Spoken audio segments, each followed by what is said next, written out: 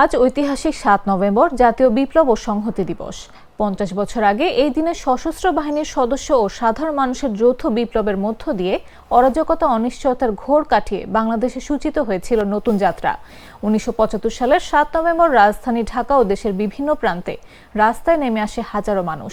উদযাপিত হয় সে ঐতিহাসিক মুহূর্ত, যার পরপরই রাষ্ট্রনায়ক হিসেবে আত্মপ্রকাশ করেন শহীদ রাষ্ট্রপতি জিয়াউর রহমান। সেদিন জাতি আবারও শুনেছিল তার কণ্ঠ, আমি জিয়া বলছি।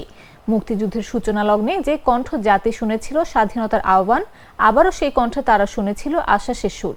স্বতঃস্ফূর্ত বিপ্লব ও বিজয়ের মিছিলে ভরে গিয়েছিল রাজধানী সহ দেশের বিভিন্ন শহরের রাস্তা।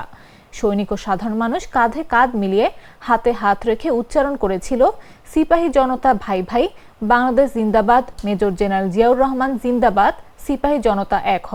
ইতিহাসের এই দিনটি তাই বাংলাদেশের রাজনীতিতে এক গুরুত্বপূর্ণ মোড় হিসেবে জাতীয় বিপ্লব ও সংহতি দিবস নামে পরিচিতি পায়।